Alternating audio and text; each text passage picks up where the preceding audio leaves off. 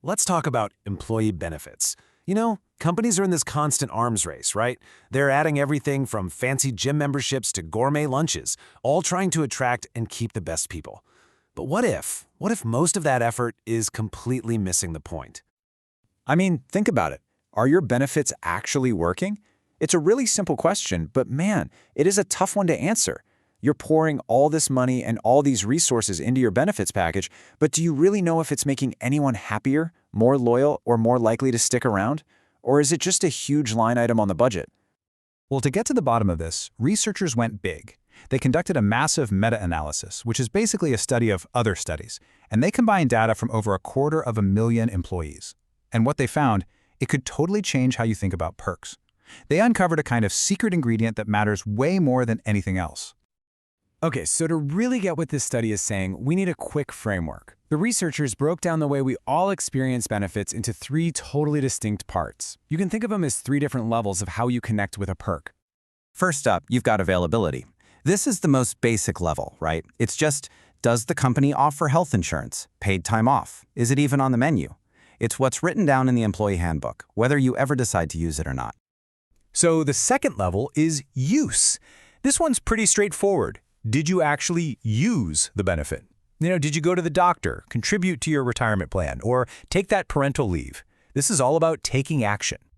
And then there's this third piece of the puzzle. And listen up, because this is the most important one: subjective evaluation. This has nothing to do with what's offered or what's used. It's all about how an employee feels about their benefits. Do they think the package is generous? Is it fair? Does it actually meet their needs? It's all about their personal perception. And this brings us right to the huge aha moment of the whole study. The researchers just lay it out there. How employees feel about their benefits has a way stronger impact on things like job satisfaction and loyalty than just having the benefits available or even using them. And when you look at the data, you see just how massive this difference is. The connection between using a benefit and being happy at your job, it's tiny, barely there. Having a benefit available is a little better, sure, but how employees feel about their benefits, wow, that connection is nearly 3 times stronger than just having them available. It is not even close. Okay, so if feelings are what really matter, the next big question is why, right? What's going on psychologically here?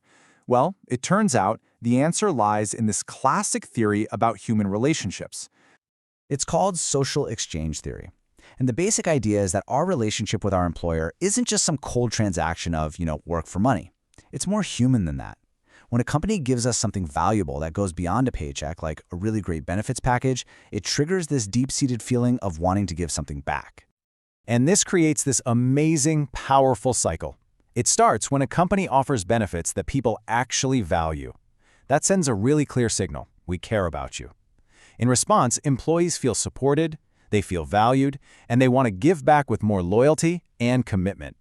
It's a total win-win. The fancy term for this feeling is perceived organizational support. But really, it's just the simple belief that your company genuinely cares about you as a person. And benefits? They aren't just perks. They're one of the most tangible, concrete signals a company can send to prove it. So here's where it gets really useful. This whole new understanding lets us be way more strategic. The study found that different kinds of benefits are actually better at hitting different goals. You can't just throw money at a random list of perks and hope for the best. You got to know what you're actually trying to achieve. And the data makes this fascinating split.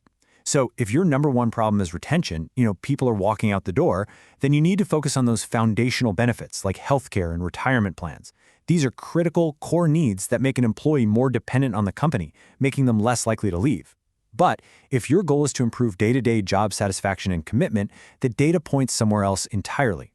Training and development. Investing in your employee's future career is a super powerful way to make them feel valued and engaged right now. All right, let's pull all of this together into a simple, actionable playbook, something you can actually use whether you're a CEO, an HR leader, or just managing a team. Now check this out. This is one of the most stunning takeaways for me. We've established that feeling good about your benefits is strongly tied to job satisfaction. But how does it stack up against, say, getting a raise? Well, other research shows the link between your pay level and job satisfaction is less than half as strong. Let that sink in. Making employees feel great about their benefits can have more than double the impact of just giving them a pay bump. So how do you actually increase that feeling of value? The study points to 4 key things. First off, communicate, and I mean relentlessly. So many employees don't even know what's available to them. Second, personalize. A one-size-fits-all approach just doesn't cut it anymore. Third, explain the value. Show them the numbers, the real financial investment the company is making in them. And finally, you have to ensure fairness. When people feel the process is fair and that they have a voice, their perception of the whole package just skyrockets. So let's recap the bottom line here. First, before you even think about adding some new trendy perk, your #1 job should be making sure employees understand and value what they already have. Second, awareness is everything. Just knowing a supportive benefit exists can make people feel better, even if they never use it.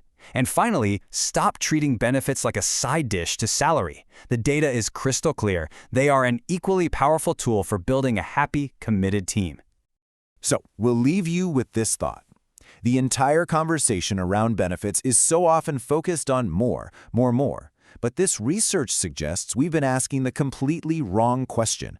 The real opportunity, the real game changer, isn't just in adding new stuff, but in making sure the benefits we already provide create a genuine feeling of being cared for and supported.